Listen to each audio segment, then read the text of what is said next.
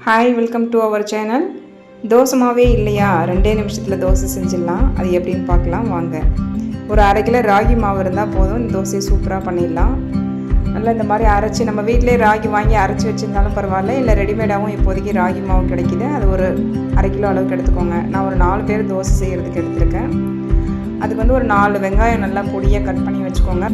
ஒரு கைப்பிடி அளவு கொத்தமல்லி நல்லா பொடியாக கட் பண்ணி வச்சுக்கோங்க. ஒரு 4 பச்சை மிளகாவும் நல்லா மெல்லிஸாக பொடியாக கட் பண்ணி வச்சுக்கோங்க.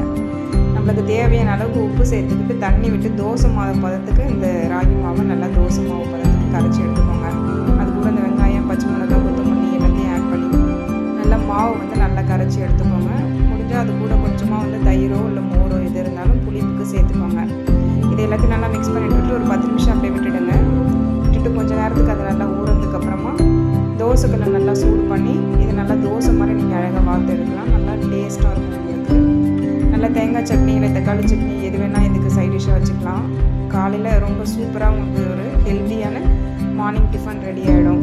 நம்மளால் தினமும் தோசை மாவு அரைச்சி போட முடியல, இல்லை வந்து கடையில் வாங்கி சாப்பிட்டு போர் அடிச்சிருச்சு அப்படின்னா இந்த மாதிரி டிஃப்ரெண்ட்டான இந்த ராகி தோசையை ட்ரை பண்ணி பாருங்கள். இது வந்து உங்களுக்கு சாப்பிடும்போது அடை டேஸ்ட்டும் வரும்.